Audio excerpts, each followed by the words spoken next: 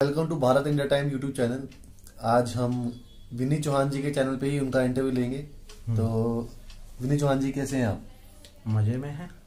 और बताइए, आजकल ये न्यू ईयर और क्रिसमस का माहौल है, हाँ तो कैसा जा रहा है आपका? भाई, ठंड है, मजे में है। न्यू ईयर और क्रिसमस हमेशा ठंड में आता है, ठंड मनाई जा रही है। तो फिर आपने क्या कोई न्यू ईयर रेजोल्यूशन आपने लिया कि इस साल आप क्या अपने बदलाव लेके आए हैं, क्या कुछ अच्छा चेंज करेंगे अपने अंदर? भाई, सबसे पहले तो बाल लंबे करेंगे जी। और दूसरा चेंज ये करेंगे कि जो मर्जी हो जाए, खाएंगे पिएंगे और मौज करेंगे। बढ़िया, वैसे सूट कर रहा है आप पे ये हेयर स्टाइल बहुत। धन्यवाद। तो और जो भारत में और जो देश में हमारे चल रहा है, तो मैं उसके बारे में थोड़े सवाल करना चाहूँगा आपसे। हमारे देश में आजकल कोरोना चल रहा है। कोरोना तो चल रहा है, लेकिन जिनको कोरोना का डर ही नहीं है, हाँ। जो पूरी भीड़ भाड़ लाखों की तादाद में जो बैठे हैं, किसान आंदोलन जो चल रहा है, तो उसके बारे में आप क्या कहना चाहेंगे? उसके बारे में सिर्फ एक बात कहना चाहेंगे कि भाई उनकी मर्जी, कोरोना लें या रोना लें। कोरोना वो ले नहीं रहे, रोना हमें दे रहे हैं। जी जी। बस। लेकिन जो ये आंदोलन कर रहे हैं, ठीक है, पूरा हाईवे जाम किया हुआ है, इतना यातायात में, ट्रांसपोर्टेशन में इतना लॉस हो रहा है, प्रॉब्लम हो रहा है। नॉर्मल जो जनता है, आम जनता है, जिनका कोई लेना देना नहीं है, उनको भी इतनी प्रॉब्लम हो रही है इस चीज से। तो उसके बारे में क्या आप क्या कहना चाहेंगे कि सवाल इसमें, एक सवाल में आपने 3 सवाल डाले हैं। अब तीनों के जवाब सुनिए। जी। पहला सवाल आपने बोला कि जो देश को नुकसान हो रहा है, जी, ट्रांसपोर्टेशन का। दूसरा आपने बैठा दिया कि इनको ये जो धरना आंदोलन कर रहे हैं। जी जी। तीसरा आपने सवाल डाल दिया इसमें जो है नॉर्मल जनता को। नॉर्मल जनता को। सो पहले के ऊपर हम आते हैं। देश का आर्थिक तौर पे जो नुकसान हो रहा है, उसके लिए केवल और केवल भारत सरकार जिम्मेवार है। जी। आपको और मेरे को या हम सभी देशवासियों को जो यातायात में, ट्रांसपोर्टेशन में, आने जाने में दिक्कत हो रही है, इसके लिए किसान आंदोलन जिम्मेवार है। और तीसरा सवाल था कि जो वो वहां बैठे हुए हैं किसान, वो किसान नहीं है। अच्छा, ठीक। तो फिर कौन है वो? कौन है? पेड वर्कर हैं। मतलब पैसे दे के बुलाए गए? और क्या। अच्छा, तो मतलब वो अपना जो एक्चुअल में जो धरना, मतलब जो किसान है वो नहीं है, सिर्फ जो पैसे दे के, जो जिनको मतलब पॉलिटिक्स लगा लीजिए आप। पॉलिटिक्स वाले भी नहीं है ये। पॉलिटिक्स वाले भी नहीं? आपको पता है हमारे देश में जागरण में, भजन संध्या में लोग अधिकतम भीड़ कब होती है? पर जब प्रसाद मिलता है। हाँ। ठीक है। सुबह 4 बजे जब जागरण में तारा रानी की कथा होती है, कौन लोग होते हैं उस समय? जिनको प्रसाद चाहिए होता है। नहीं, तारा रानी की कथा के समय में जिन्होंने जागरण करवाया होता है ना, ये वही लोग होते हैं। अच्छा। रात को 9 बजे, 9:30 बजे जागरण की जोत जलती है, ठीक है। पर उससे पहले ज्यादातर जागरण करवाने वाले शाम को 7 बजे लंगर लगाते हैं। अच्छा। 6 बजे से और 9 बजे के बीच में लंगर चलता है 3 घंटे। और सुबह जब अपना क्या कहते हैं 6 बजे जागरण का भोग पड़ता है, हाँ। और तब से लेके और 7:30 बजे तक तब लंगर चलता है। तब लंगर चलता है। इसी 2 टाइम से ज्यादा भीड़ होती है। सबसे ज्यादा 2 टाइम भीड़ होती है। हाँ। ठीक है। बीच के टाइम में सिर्फ वो लोग रहते हैं जिनको उन्होंने निजी तौर पे निमंत्रण दिया होता है, जागरण वालों ने, या बहुत जो क्लोज, बस वही जिनको निजी तौर पे निमंत्रण दिया हुआ है। उनमें से भी आधे लोग वो होते हैं जिनको वहां अगर वो उठ के चले गए तो उनकी अपना यारी दोस्ती और रिश्तेदारी और मोहल्लेदारी खराब हो जाएगी। नहीं तो आम साधारण मोहल्ले वाले भी निकल लेते हैं, दूर पार के रिश्तेदार भी निकल लेते हैं, और हेलो हाय वाले यार दोस्त भी निकल लेते हैं। जी। तो जो किसान आंदोलन में बैठे हैं, ये सारे के सारे वही हैं, प्रसाद वाले। तो ये आपको क्या लगता है, ये इस बिल जो पास हुआ है, कौन सा? जो किसान आंदोलन जो बिल पास हुआ है, अच्छा। कानून पास हुआ है, तो ये कितना फायदेमंद है या कितना नुकसानदायक है, ये इसके बारे में आपको क्या कहना है? भाई, हम तो अनपढ़ हैं, हम तो एक बात जानते हैं, हम तो अंगूठा छाप हैं। हमने तो अंगूठा लगा करके, सरकार बना करके अपनी जिम्मेवारी से हाथ धो दिया। जी। ये हमारे लोगों के देश की सोच है। ठीक है। रही बात किसान आंदोलन की, एक तो ये सोचते हैं कि हमने अंगूठा लगा करके सरकार बना दी, हमारी जान छूट गई। दूसरे लोग ये हैं, वो ज्यादा अपने आप को सोचते हैं कि मतलब वो 24 घंटे वो सरकार से भी ज्यादा पढ़े लिखे हैं। ठीक है, तो ये वो लोग हैं।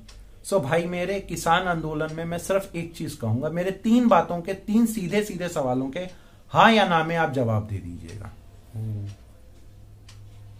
पर्सन ए यानी व्यक्ति 1 नंबर या एक जो मर्जी कह लीजिए, एक व्यक्ति को जो किसान है उसको पहले मजबूरी थी कि उसको एक ही जगह अपना अनाज बेचना था। ठीक है, उसमें आड़ती की अच्छी खासी कमीशन होती थी जी। आड़ती कह लीजिए, दलाल कह लीजिए, जो मर्जी कह लीजिए, तो उसको मरना पड़ता था, मतलब उसकी सुननी पड़ती थी, उसके बाहर वो जा नहीं सकता था। दूसरा पर्सन, अब आपके पास 2 मौके हैं, एक आप अनाज उसी आड़ती को दीजिए, उसी मंडी में दीजिए, दूसरा आप अपने अनाज को बाजार के भाव पे किसी को भी बेच दीजिए। तो अच्छा। आप अपना अनाज बेचने के लिए बाध्य हैं या नहीं है? नहीं है, बिल्कुल भी नहीं है। नहीं है। आपने अपनी मोटरसाइकिल स्कूटी किराए पे दे दी ओला के ऊपर, जो सवारी आपकी ओला स्कूटी पे आकर के आपने बैठी थी या आपकी गाड़ी में बैठी थी, जब वो अपना आपके घर से नई दिल्ली रेलवे स्टेशन पे उतर गई, तो वो उसने 300 रुपए आपको दिए, ये 400 रुपए दिए, या मान लीजिए 500, 600, 1000 जो भी रकम दी, तो उस 500, 600, 1000 रुपए में वो आपकी गाड़ी भी साथ ले गई, आपको मतलब उतार दिया? नहीं, उसको तो सिर्फ उसका किराया देना पड़ा। और उसको फायदा क्या हुआ? आप उसके घर से आपने उसको पिक करके उसे जहां वो जाना चाहता वहां जा छोड़ दिया। तो वही सिस्टम ये हाल कॉन्ट्रैक्ट फार्मर्स का है। वो आपकी जमीन पे आपको पैसा देंगे, आपकी फसल लेकर के जाएंगे, आपकी जमीन नहीं लेके जाएंगे। ठीक। ये तो मतलब किसानों के हित के लिए ही है। हाँ। अच्छा, तो जो जितने भी ये जो स्टार्स हैं, क्या कहते हैं, पंजाबी सिंगर्स हो गए, एक्टर्स हो गए, तो ये जो सपोर्ट कर रहे हैं, हाँ, फंडिंग कर रहे हैं, ये जैसे अभी दिलजीत सुनने में आया, दिलजीत दोसांझ आया था, जोगराज सिंह आया है, मनप्रीत औलख आया है, हाँ, ऐसे बहुत से आए हैं, काफी गाने भी बना दिए इसके ऊपर, बहुत कुछ हुआ है। हाँ, तो ये जैसे सपोर्ट कर रहे हैं, तो फिर इसके लिए आप क्या कहेंगे, ठीक कर रहे हैं, गलत कर रहे हैं? ये भाई कौन ठीक कर रहा है, कौन गलत कर रहा है, वो उसकी अपनी मर्जी है, पहली चीज, क्योंकि हम स्वतंत्र देश के वासी हैं, तो हमारी अपनी मर्जी है। ठीक है, अब रही बात ये आए हैं, मैं आपको 1 लाख रुपया देता हूँ, आपको कहता हूँ वहां जाकर के 15 मिनट बैठ के आना है, आप जाएंगे? जी बिल्कुल जाएंगे ना। जी। तो बस वही हाल है। ये जो अपना जोगराज सिंह आया है, पंजाबी फिल्मों का एक्टर है, ठीक है, we are also Punjabis, so we know very well about Jograj Singh. ये युगराज सिंह जी के पिताजी ने। जी। दूजी गल, दिलजीत दोसांझ भी आया सीगा इत्थे। जी। तीजा थोड़ा मनप्रीत औलख भी आया सीगा। ਇਹੋ ਜਿਹੇ बड़े सारे आए ने इत्थे।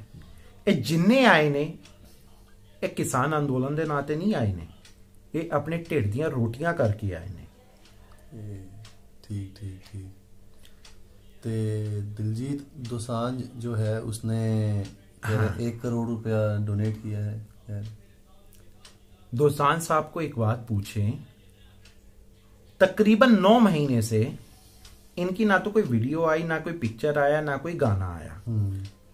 इनके इंस्टाग्राम के ऊपर आधी हिंदी आधी पंजाबी के कुकिंग के अलग अलग जो स्टोरीज और वीडियो आए थे जी। ठीक है, तो इनको पैसा कहां से आया? 1 करोड़ रुपया डोनेट करने के लिए, चलिए उनके पास पैसा तो है, ऐसी बात नहीं पैसा नहीं है। और दूसरी चीज मैं एक चीज कहूंगा, ये जो इन्होंने डोनेशन दिया है, ये डोनेशन इन्होंने अपनी जेब से नहीं दिया है, तो इनको भी बाहर से कहीं से आया है। अच्छा, बेसिकली आपको मैं सिर्फ आधे सेकंड के लिए फ्लैशबैक में लेके जाना चाहूंगा। शाहीन बाग आपको याद था या याद होगा? जी बिल्कुल। ठीक है, उसके अंदर पीएफआई की संस्था ने लंगर लगाए जी। ये कहते थे कि मतलब खुदा के बंदे आते हैं, खुद ही लगा जाते हैं, सब कुछ खुद ही कर जाते हैं। ठीक है, तो वही हाल यहां पे है। अच्छा, पीएफआई वो संस्था है जिसके अंदर सिमी और आईएम जैसे बैन संस्थाओं के पुराने जो कार्यकर्ता प्लस अधिकारी जो पीएफआई के नाम से नया मुखौटा पहन के बैठ चुके हैं, पीएफआई और एसडीएफ पीएफआई के नाम पे। तो यहाँ पे अब आते हैं, तो यहाँ की फंडिंग आप कहाँ से हो रही है फिर? यहाँ की फंडिंग चार तरफ से हो रही है। जैसे इतना यहाँ पे लंगर लग रहे हैं, हाँ। खाने के लिए, मतलब बादाम मतलब किसी चीज की कमी नहीं है, लग्जरियस आइटम्स हैं, और साथ में क्या नाम है उसका, मसाज की मशीन्स हैं। हाँ। ठीक है, और हर एक चीज अवेलेबल है, मतलब ऐसे नहीं कि हल्के बल्कि मतलब पूरी एकदम हाई फाई लग्जरियस लाइफ है, 7 स्टार की। हाँ। 7 स्टार की। पैसे के 4 सोर्सेज हैं और हमारी देश की सरकार इसको देखते हुए भी आंखें बंद करके बैठी हुई है। अच्छा, पहला source same Pakistan and China. Pakistan के पास तो खुद पैसा नहीं है, तो वो कहां से दे रहा है? सर, हाथी के दांत खाने के और दिखाने के। और दुनिया के मोटे मोटे अमीर जो है ना पाकिस्तान में, वो सारे विदेशों में बैठे हुए हैं। पाकिस्तान की आम जो नॉर्मल जनता है वो गरीब है। अच्छा। पाकिस्तान की सेना का जो हवलदार छोड़िए, अर्दली होता है ना, सबसे नीचे जो होता है वो भी साला करोड़पति है। अच्छा जी। हाँ। क्यों? उनका काम है राम राम जपना, पराया माल अपना। उन्होंने क्या करना है? देश को बेचना है। पाकिस्तान की हाउसिंग स्कीम, हमारे यहाँ अलग अलग हाउसिंग सेक्टर्स में अलग अलग प्राइवेट कंपनीज होती हैं। एक हर स्टेट में एक सरकारी कंपनी होती है, बाकी सारी प्राइवेट होती हैं। वहां सारी डिफेंस की हैं। सीमेंट कंपनियां यहाँ पे एक आधी सरकार की है, बाकी सारी प्राइवेट हैं, वहां सारी की सारी डिफेंस की हैं। अच्छा। पाकिस्तान में फौज ही बिजनेस है और बिजनेस ही फौज है। तो वहां पे एक आप बताइए, तो वो लोग गरीब कहां से हुए? जी जी जी। तो ये सवाल तो गलत है कि पाकिस्तान के पास पैसा नहीं है। जी बिल्कुल बिल्कुल। ठीक है। अभी प्रधानमंत्री इमरान खान के नए नए जो अपना एक जो उनके विशेष सलाहकार जिनके पिछवाड़े पे लात मार के निकले हैं, अपने पिछवाड़े पे खुद ही लोग दिखावे के लिए लात मार ली गई है। उन्होंने कई अरब डॉलर का घोटाला पाकिस्तान के अंदर किया था, जो आपको पता होगा CPEC, China Pakistan economic corridor जो है, उसका चाइना ने उसकी फंडिंग रोक दी है क्योंकि वो अरबों डॉलर के क्योंकि वो खुद एक सेना के, पता नहीं उनका नाम मुझे याद नहीं आ रहा, वो भी जो भी हैं वो मैं आपको अभी इस वीडियो के अंदर टाइटल में उनकी फोटोग्राफ और नाम डाल दूंगा। वो श्रीमान हैं जिन्होंने पापा जोन्स के 101 के 102 रेस्टोरेंट्स अपना क्या कहते हैं अमेरिका में पूरी चेन ऑफ रेस्टोरेंट की खोली है। अच्छा। सो ये सवाल तो मत करिए कि पाकिस्तान के पास पैसा नहीं है। पाकिस्तान में हिंद के जो वहां के जर्नल है ना, उनके पास इतना पैसा है जितना हमारे देश की पूरी जनता के पास नहीं है। अच्छा। तो ये तो होगी पाकिस्तान की बात। और बाकी जो फंड, चाइना। अच्छा। ठीक है ना, वो होता है ना कि पड़ोसी को देख के पड़ोसी की खुजली उठती है, तो भारत की तरक्की देख के चाइना की खुजली उठती है। तो ये भाई ना भारत के व्यापार बाजार को और व्यापार को बर्बाद करना चाहते हैं। तो दूसरे हो गए चाइना वाले। ठीक ठीक ठीक। तीसरा भाई यूरोप भी कोई कम नहीं है। यूरोप, अमेरिका, जितनी भी ईस्ट मतलब जितनी भी कंट्रीज हैं, भारत की तरक्की देख करके भारत में तकरीबन अगले ये हिसाब लगा लीजिए वर्ल्ड की सबसे यंग कंट्री भारत है। क्योंकि भारत अगले यूथ की वजह से, क्योंकि यहाँ पे मैन पावर प्लस यहाँ पे यूथ की जो है यूथ बहुत है। अगर एक हर देश का, जैसे दुनिया का सबसे बुजुर्ग देश जापान है, क्योंकि वहां बुजुर्गों की जनसंख्या सबसे ज्यादा है। यहाँ पे अगले तकरीबन 50 से 70 साल तक युवाओं की जनसंख्या ज्यादा रहने वाली है। तो इसलिए ग्रोथ ऑफ सेक्टर जो है भारत का ज्यादा है। तो इसलिए सबकी जलती है। दूसरी चीज ये है, जो पंजाब में 1980 और 90 के दशक में आतंकवाद के समय में जो पंजाब छोड़ के लोग गए हैं, उसमें जितनी जनसंख्या 90 और 80 के दशक में गई है, उसका 30% वो लोग थे जिनका पंजाब के आतंकवाद से संबंध है। जो मतलब खालिस्तान के नजारे, खालिस्तान कह लो, जो मर्जी कह लो यार, खालिस्तान तो एक नाम है, ठीक है ना। आतंकवाद होता है, ठीक है ना, तो उनका संबंध उसमें है। कनाडा, लंदन, अमेरिका, यानी कि यूरोप, ऑस्ट्रेलिया, कनाडा, 80 और 90 के दशक में मैं चैलेंज करता हूं, एक काम करें, इन देशों के जो नेशनल सिक्योरिटी एडवाइजर हैं, वो जिन लोगों को इन्होंने राजनीतिक शरणें दी थी, 80 और 90 के जो दशक के जो लोग हैं, उनकी जरा एक बार दोबारा से इंडिया की आईबी से वेरिफिकेशन करवा लें। वहां पे जो बिजनेसमैन बैठे हैं, वहां पे जो पॉलिटिशियंस बैठे हैं, वहां पे जो सोशल वर्कर बैठे हैं, वो ज्यादातर पंजाब के आतंकवाद से संबंधित लोग हैं। ठीक। तो वही ये फंडिंग कर रहे हैं। ठीक, मतलब सारा पैसा जो है मतलब इन्हीं सब जगहों से आ रहा है, पाकिस्तान के पिट्ठुओं से आ रहा है। जी, ठीक है। तो जैसे अब ये आपने देखा होगा, ये जो केजरीवाल है, तो इन्होंने भी एक बिल जो आया था, तो उस बिल का इन्होंने बिल फाड़ दिया था, जो किसान आंदोलन का। ठीक है, और साथ ही साथ ये मतलब पूरा समर्थन कर रहे हैं, जैसे कि यहाँ पे जहाँ किसान बैठे हुए हैं, वहाँ पे नेटवर्क की काफी प्रॉब्लम है, नेटवर्क नहीं आता, तो वहाँ उनके लिए वाईफाई लगवा रहे हैं। हाँ।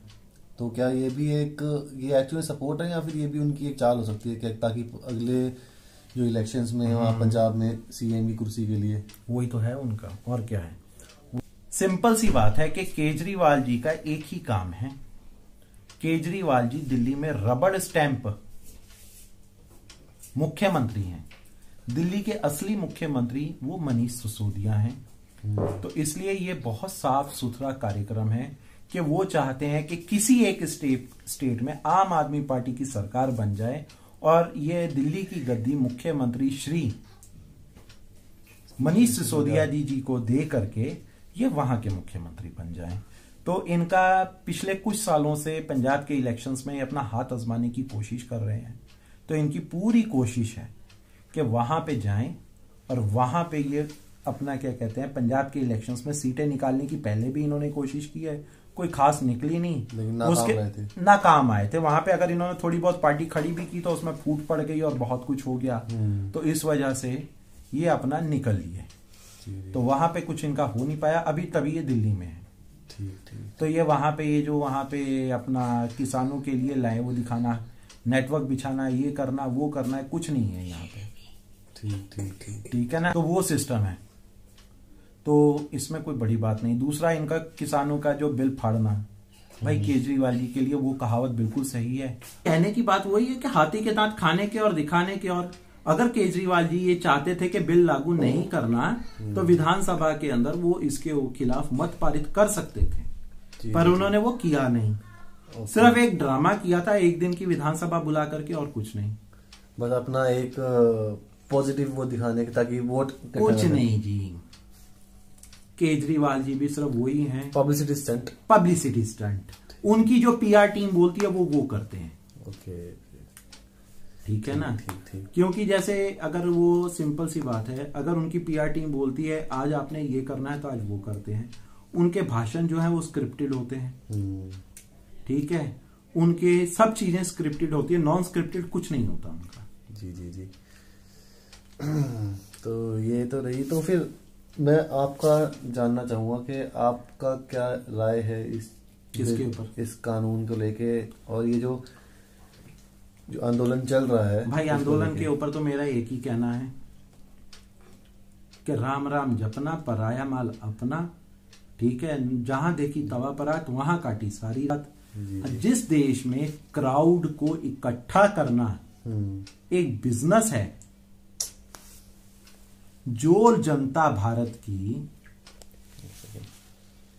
अंदर जितने भी लोग बैठे हैं, जो इलेक्शनों में भीड़ें इकट्ठी होती हैं, ये अपना पर डे के हिसाब से आती है। दिहाड़ी मजदूर है। हाँ, कहने का मतलब वही है। मैं अपना क्या कहते हैं, मैं गया हूं, कोई वहां पे दारू की बोतल के लिए जाता है, कोई मुर्गे के लिए जाता है, कोई 500 रुपए के लिए जाता है, कोई पेटीएम के मोबाइल रिचार्ज के लिए जाता है, कोई अपना साड़ी सूट के लिए जाता है। मतलब इसी तरह जिस देश में जो लोग अपना मंदिर, गुरुद्वारे, चर्च और अपना क्या कहते हैं ये पीर की मजार पे भी उस दिन आपको ज्यादा दिखते हैं जिस दिन वहां पे कोई बढ़िया चीज का लंगर लगने वाला होता है, वो आपको यहाँ मुफ्त में। अगर ये इतने ही बड़े धरना आंदोलन वाले सच्चे भगत हैं तो करे ना आमरण अनशन। जी जी बिल्कुल। अगर ये कहते हैं कि हम आमरण अनशन करते हैं तो सबसे पहले मैं इनके साथ जाके बैठूंगा। अच्छा, आमरण अनशन कोई करने को तैयार नहीं है, लंगर खाने को ये लोग सबके सब तैयार हैं। उसके बाद लग्जरी 5 स्टार 7 स्टार होटल की सर्विसेज एंजॉय करने के लिए ये लोग यहां बैठे हैं। तो इनका कौन साथ देगा? बिल्कुल बिल्कुल। अगर आपको एक चीज याद होगी, आपको अन्ना हजारे का आंदोलन याद है? जी बिल्कुल याद है। करोड़ों की संख्या में लोग आए थे, यहाँ पे सैकड़ों की संख्या में है। हाँ। अन्ना हजारे का, जहां से हमारे प्रदेश के, दिल्ली प्रदेश के मुख्यमंत्री श्री केजरीवाल स्टार प्रचारक थे उस समय, और वहां से उनका अन्ना हजारे की फेमस को भुना करके ये दिल्ली के मुख्यमंत्री बने हैं। अच्छा, तो आपको भी याद है, हमको भी याद है। उनकी टीम में अपना अन्ना हजारे की टीम में अपना किरण बेदी भी थी और अपना क्या कहते हैं ये भी थे, तो केजरीवाल भी जी थे, और ये मतलब ये सारी वही है। तो उनके टाइम पे वहां पे वो भी तो बैठे थे ना भूख हड़ताल पे, केजरीवाल जी भी तो भूख हड़ताल पे बैठे थे उसमें। कई बार इनके लिए भी डॉक्टर बुलाना पड़ा था। तो केजरीवाल जी वहां पे नेटवर्क और वाईफाई की जब सुविधाएं दे रहे हैं तो कृपया उन्हें ये क्यों नहीं कहते कि चलो भाई आओ 2 दिन का आमरण अनशन करें। आमरण अनशन के लिए कौन आएगा? कोई नहीं आएगा। आप एक चीज समझिए, फेलियर इसमें किसानों के नाम पे जो है सो है, फेलियर इसमें भारत सरकार का है, भारत के गृह मंत्रालय का है, ईडी का है, रॉ का है और आईबी का है। जी जी बिल्कुल। और उसके ऊपर अगर इन लोगों ने समय से सारी इनपुट इकट्ठा कर लिए थे तो फिर डिसीजन मेकिंग पावर का है, यानी कि भारत सरकार का है। क्योंकि ऐसा तो हो नहीं सकता कि रातों रात इन्होंने आंदोलन की तैयारी कर ली और इंटेलिजेंस को इसकी खबर ना हो। बिल्कुल। और बाहर के देशों में आपके देश के खिलाफ अगर कोई साजिश हो रही है तो ये लोग आंखें बंद करके बैठे हैं रॉ वाले। फिर ये किस चीज के नाम की तनख्वाह लेते हैं? क्योंकि सिंपल सी बात है, मैं सबसे ज्यादा मैं भारत के अंदर जिस सैनिक की इज्जत करता हूं वो सैनिक है रॉ का। बेचारा मर भी जाए तो उसके नाम के आगे कभी शहीद का दर्जा नहीं लिखा जाता, वो गुमनाम शहीद है। अगर वो केंद्र सरकार को इनपुट ला करके देता है तो वो सबसे बड़ा, अगर वो डिसीजन नहीं लेती तो फेलियर केंद्र सरकार का है। और अगर रॉ के पास ये इनपुट नहीं है कि आपके देश के खिलाफ दूसरे देशों में क्या साजिश हो रही है तो फेलियर रॉ का है। फेलियर रॉ का है, बिल्कुल बिल्कुल। दिल्ली के अंदर या पूरे भारत के अंदर क्या घटनाक्रम जारी हो रहा है उसको लेकर के अगर इंटेलिजेंस ब्यूरो यानी आईबी के पास कोई खबर नहीं है तो फिर इसमें किसका फेलियर है? आईबी का है। और अगर इन लोगों ने समय से इनपुट दे दिया था तो फिर अगर उसके नहीं लिया तो केंद्रीय गृह मंत्रालय का फेलियर है और भारत सरकार का फेलियर है। जी बिल्कुल। और आखिरी में ईडी का फेलियर है, जो अपना ब्लैक मनी बाहर से जो अपना हवाला के जरिए या भाई बंधु डोनेशन के जरिए, क्योंकि विदेशों में हर भारतीय का कोई ना कोई रिश्तेदार तो है, विशेष करके पंजाब का। ये ईडी का फेलियर है जिसको अभी तक यही नहीं, क्योंकि पंजाब में इतने लोग रहने वाले हैं, परिवार का कम से कम एक व्यक्ति पंजाब का बाहर है। जी बिल्कुल। तो हर बंदा वहां से अगर $100 भी भेजे तो इतने बड़े लग्जूरियस लंगर की फंडिंग होगी, लंगर की नहीं, मजेदार लग्जूरियस 7 स्टार पार्टी की फंडिंग होगी। अच्छा, ये पार्टी चल रही है, न्यू ईयर पार्टी। पिछले साल शाहीन बाग में हुई थी, इस साल यहाँ है और अगले साल कहीं और होगी। करेंगे तो जरूर ये लोग। और अगर ये भारत सरकार हर साल होने देती है तो भारत सरकार की गलती है। जी, जी। मेरे छोटे छोटे 2 सवाल हैं आपसे, 3, इनके जवाब दीजिए। आपकी मजबूरी है, आपको अपने अनाज एक ही बंदे को जबरदस्ती ही बेचना है, ठीक है, और एक आपके पास आजादी है, आपको अपना अनाज कहीं पे भी बेचना है, तो किस में फायदा है आपको? दूसरे वाले में कहीं भी भेजे, हमारी मर्जी। हमारी मर्जी। आपने 8वीं 9वीं 10वीं इन 3 साल में भारत का इतिहास पढ़ा होगा। जी जी बिल्कुल। गांधी जी को पढ़ा था, बिल्कुल। नेहरू जी को पढ़ा था, बिल्कुल। भारत के आजादी का आंदोलन पढ़े थे। बिल्कुल बिल्कुल। उन आंदोलनों में जो वो आंदोलन हुए थे, उन आंदोलन में क्या वहां पे 7 स्टार पार्टियां हुई थी? नहीं। क्या हुआ था वहां पे? आमरण अनशन हुआ था। आमरण अनशन हुआ था, दांडी मार्च हुआ था। दांडी मार्च हुआ था, भूख हड़ताल हुई थी, बस यही हुआ था ना। ठीक है, रघुपति राघव राजाराम हुआ था वहां पे। जी जी बिल्कुल। गांधी जी की हर आम सभा में, जनसभा में, हर आंदोलन में यही चलता था। यही चलता था। रेव पार्टी तो नहीं हुई थी? नहीं नहीं नहीं। ड्रग्स तो नहीं आई थी? नहीं नहीं नहीं ना? नहीं नहीं बिल्कुल नहीं। आप भी यूथ हैं। जी बिल्कुल। ठीक है, तो अब आपका क्या विचार है कि किसान आंदोलन के अंदर जो ड्रग्स होती हैं, आती हैं, रेव पार्टियां होती हैं गाजीपुर बॉर्डर के ऊपर, या आपका इधर ये जो है सिंगड़ू बॉर्डर के ऊपर, इनके ऊपर आपका क्या विचार है? ये सारी चीजें पब्लिक डोमेन में, मीडिया में है। ये चीजें कहाँ से आ गई हैं? ये ऐसा आंदोलन थोड़ा होता है। ऐसा आंदोलन थोड़ा होता है। ये आंदोलन नहीं है, ये कुछ और ही है। तो मैं बस यही कहना चाहूंगा दर्शकों से और जो आपको फॉलो करते हैं उनसे कि बिना सोचे समझे ऐसे ही किसी भी सुनी सुनाई बातों पे विश्वास ना करें। पहले उसी को स्टडी करें, देखें एक्चुअल में क्या है अंदर उसके, क्या नहीं है, उसके बाद आगे उसको देखें कि हाँ कि तुम्हें सही लगता है, उसके आगे उसके बाद उसको फॉलो करें या नहीं करें। अब मैं इसके ऊपर आपसे एक चीज और पूछूंगा, छोटी सी, बहुत छोटी सी है जी। आपको अभी किसी इमरजेंसी में पंजाब जाना पड़े, आपके भी रिश्तेदार हैं पंजाब में? जी बिल्कुल। ठीक है, अगर आपको जाना पड़े तो आप कैसे जाएंगे? क्योंकि हवाई जहाज की आपकी और मेरी औकात तो है नहीं। जी जी। साफ सीधा स्पष्ट कहना। ठीक है, ट्रेनें टाइम पे मिलती नहीं, और वैसे भी कोविड का समय है, ढंग से टिकट मिलेगी नहीं। वो समय चला गया कि जब आपने चालू टिकट यानी कि कोई भी एक टिकट उठाई, स्टेशन से ली और किसी भी गाड़ी में चल गए, टीटी आएगा ट्रेन में, 500 रुपए का 1000 रुपए का फाइन कटवाएंगे, पर डेस्टिनेशन पे पहुंच जाएंगे। कोविड का समय है, कंफर्म टिकट जल्दी से मिलती नहीं है। अगर इमरजेंसी में आपको पंजाब जाना पड़े तो आप क्या करेंगे? बाय रोड से। कहां से जाएंगे? नेशनल हाईवे तो बंद है। आप कमाते हैं, हर महीने आपको सैलरी आती है, आप सच्ची में बताइए, आलू प्याज टमाटर, सब्जियों के, फलों के, राशन के, हर जरूरत की चीज के दाम जो बढ़ रहे हैं इस आंदोलन की वजह से, वो आपकी जेब पे कितना भारी असर डाल रहा है? बहुत भारी असर पड़ रहा है। मतलब इतना ये हो गया कि लेना खाना पीना मुश्किल हो गया कि हाँ कि भैया क्या खाएं क्या ना खाएं, सोचना पड़ता है हर चीज के बारे में, कुछ भी लेने से पहले सोचना पड़ता है।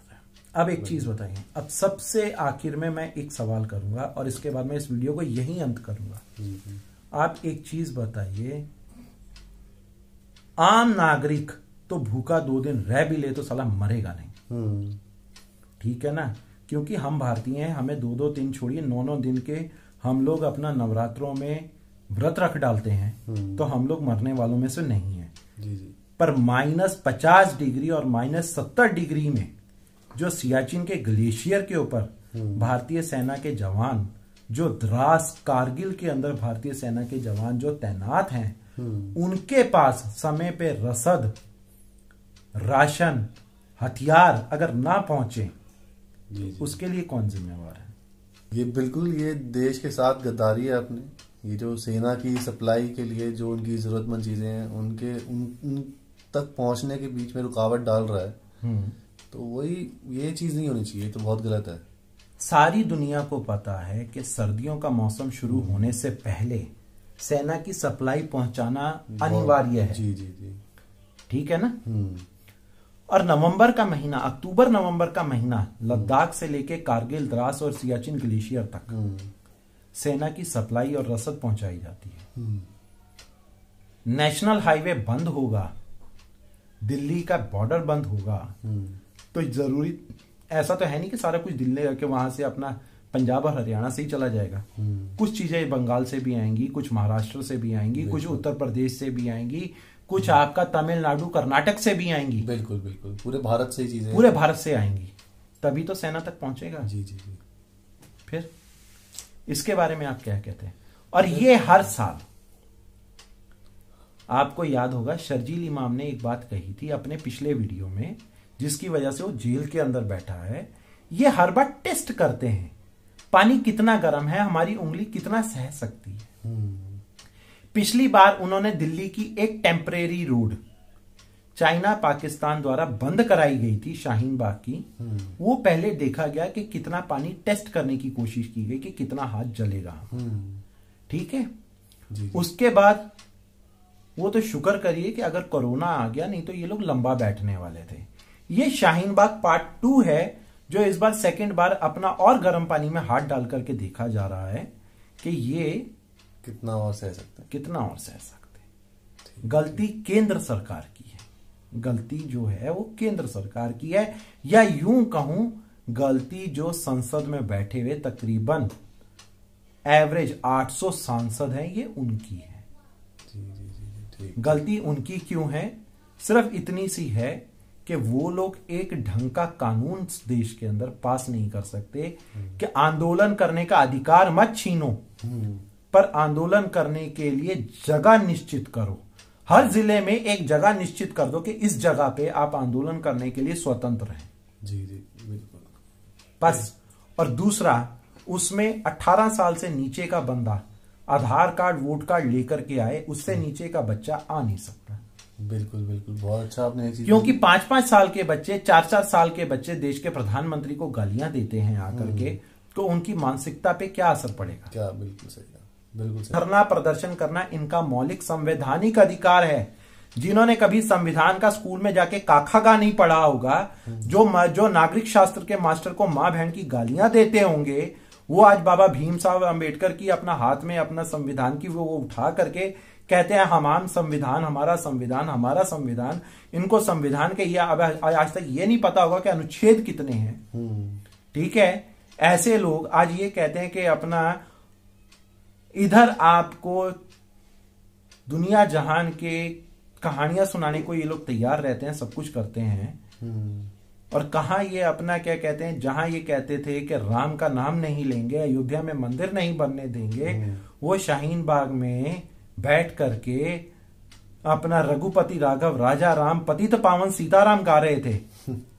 ठीक है, वही लोग आज अपना क्या कहते हैं यहां आकर के बैठ गए हैं, जितने भी हैं संविधान की काखागा जिनको पता नहीं है, जिनकी रोटियां सिकनी बंद हो चुकी हैं, वो इनके सहारे सिखाते हैं अपनी रोटियां। सिर्फ आप एक चीज बता दीजिए, देश का नुकसान कर रहे हैं। मेरा मौलिक अधिकार है नेशनल हाईवे नंबर 1 को यूज करना, सिंगरू बॉर्डर को यूज करना, गाजीपुर बॉर्डर को यूज करना, हर आम साधारण भारतीय का अधिकार है। मेरे मौलिक अधिकारों का हनन हो रहा है तो भारत सरकार चुप क्यों है? सुप्रीम कोर्ट चुप क्यों है? सभी पॉलिटिकल पार्टियां चुप क्यों हैं? पॉलिटिकल पार्टियां तो चाहती हैं कि इस आंदोलन को भी वो हाईजैक कर लें, और ऑलमोस्ट कर ही चुकी हैं। हाईजैक तो खैर क्या, ये पॉलिटिकल पार्टियों का आधा पाकिस्तान चाइना का स्टंट है, आधा पॉलिटिकल पार्टियों का स्टंट है। बिल्कुल बिल्कुल। ये वो जो हैं जिनकी राजनीतिक आधारशिला हिल चुकी है, आधार हिल चुका है, तो वो लोग हैं ये लोग। जी जी। ठीक है ना, तो ये वो लोग हैं। सो मैं अंत में यही कहूंगा, मेरे मौलिक अधिकारों का संरक्षण कौन करेगा? सुप्रीम कोर्ट भी चुप्पी साध के बैठ चुका है, भारत सरकार भी चुप्पी साधे बैठी हुई है।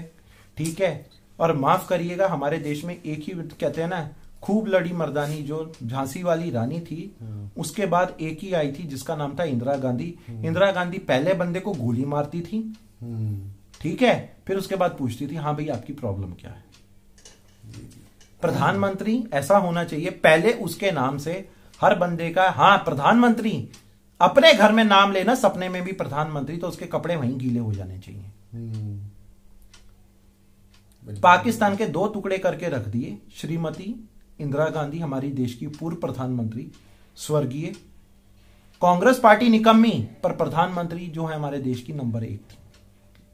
बिल्कुल बिल्कुल सही कह रहे हैं। ठीक है ना, जेपी ने आंदोलन किया, आंदोलन में कोई बात नहीं, आंदोलन चाहूंगा, पर ये मुझे कहने में कोई डर नहीं, कोई शिकवा नहीं।